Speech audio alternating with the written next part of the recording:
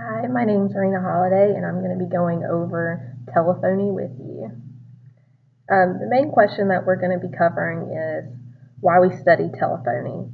Telephones have become so accepted that in 1985, the U.S. government created the Lifeline program to supply service to those in need. The mobile phone era has produced a global shift in telecommunications technology and interpersonal communications. The level of mobile and smartphone adoption around the world commands social, cultural, and economic attention.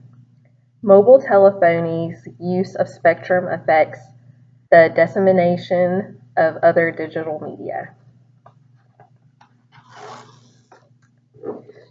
Some background information on what telephony is. The main inventor or patron for creating telephony is Alexander Graham Bell. He had several accomplishments. The major one was the invention of the telephone in 1876. He did all this while he was pursuing his teaching profession. Bell started to research methods to transmit several telegraph messages simultaneously over a single wire. That was his main focus, which led up to the telegraph, and then later on led to the invention of the telephone. Some more background on telephony is plain old telephone service, or the acronym POTS. This means it circulates human voices via copper wires that connect to exchange center, where multiple calls are rapidly switched to truck and branch lines to reach a certain destination. The next thing is public switch telephone network, which is the acronym is called PSTN, which means the collection of interconnected systems operated by various telephone companies around the world.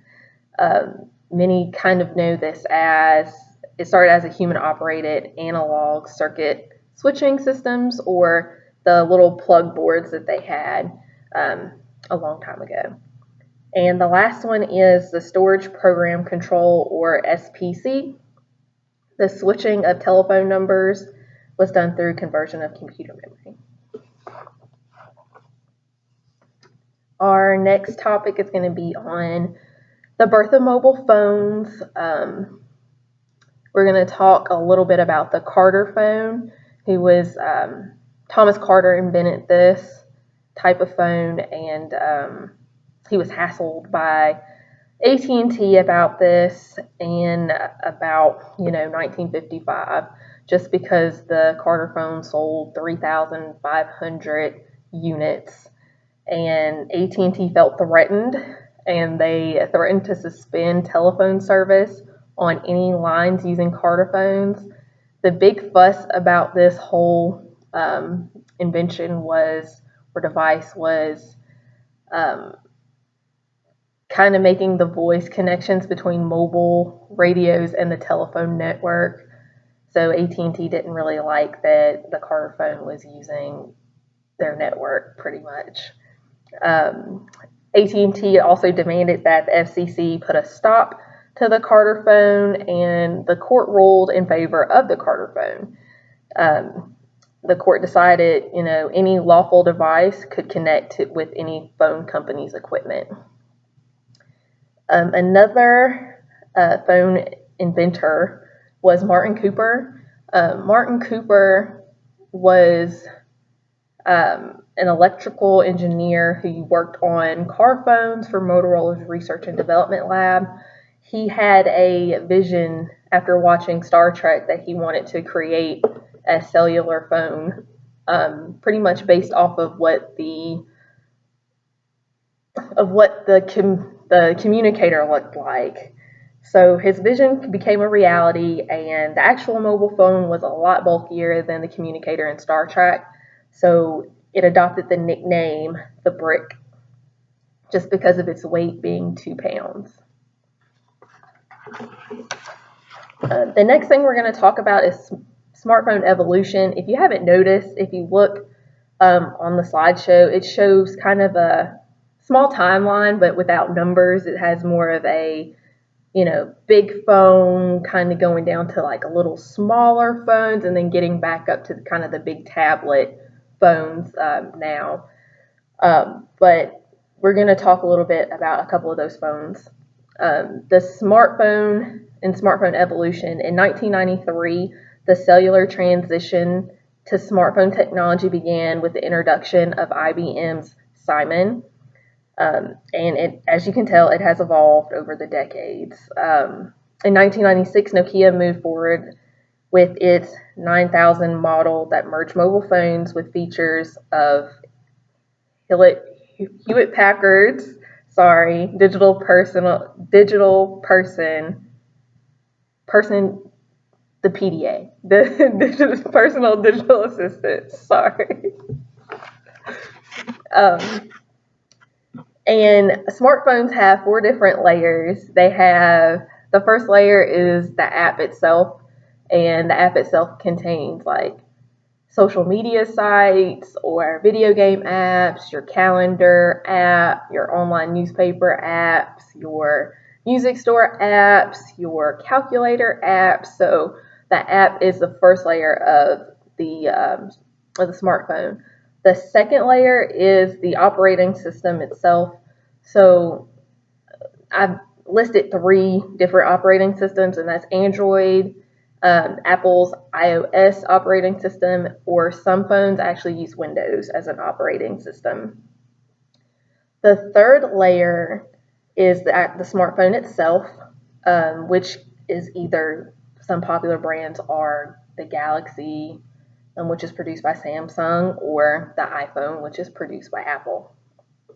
And the fourth layer is a cellular network, which connects the mobile device to the rest of the world through networks identified by acronyms. For example, LTE. The next thing we're going to talk about is the BlackBerry to iPhone.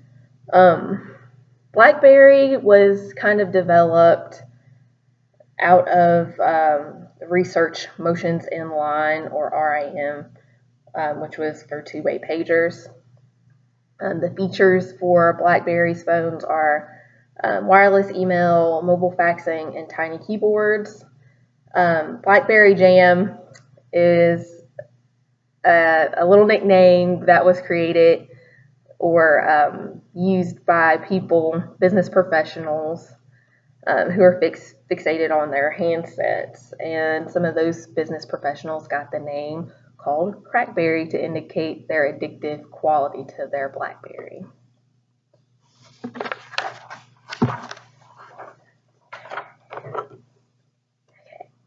In 2007, Apple's iPhone hit the market, and their price for an iPhone was $499. But instead of focusing on the sticker price of the iPhone, they focused on the customer's loyalty and the customer's affection toward Apple as a brand, and how customers felt with their iPods and their iPod touches. So this iPhones allow consumers to pinch or to flick, touch, tap anything on the phone with using the hardware buttons or the stylus. And as I said before, the iOS is Apple's operating system.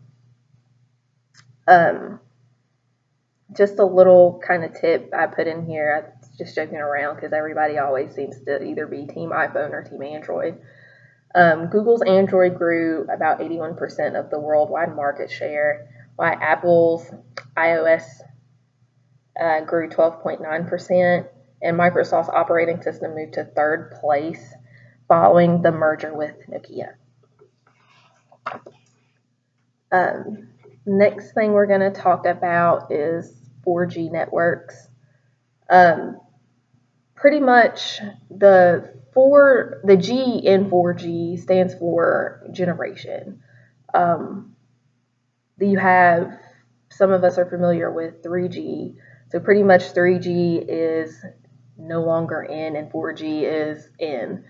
3G connections are occasionally used just for overloaded 4G systems. Pretty much 4G is the latest or most current generation of cell phone network coverage and speed.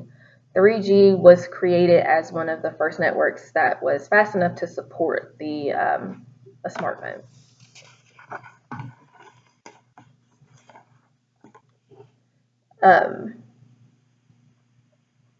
Pretty much 4G has allowed smartphone technology to soar just because of it's faster. It's a lot faster than 3G. Now you can download, if you're watching, Netflix on your phone, it allows you to download the show or the movie or music if you're downloading music a lot faster than 3G, and you have less buffering.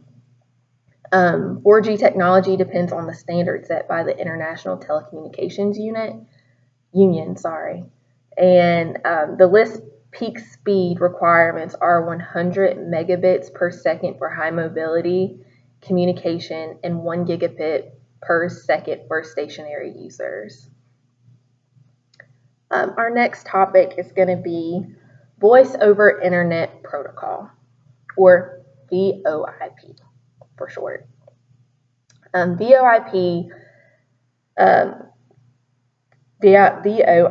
calls either come from a computer or a VoIP phone or a phone adapter. This makes the conversation go from analog to digital internet transmission. Some common factors include the capacity to convert human voice into a digital signal for internet to relay.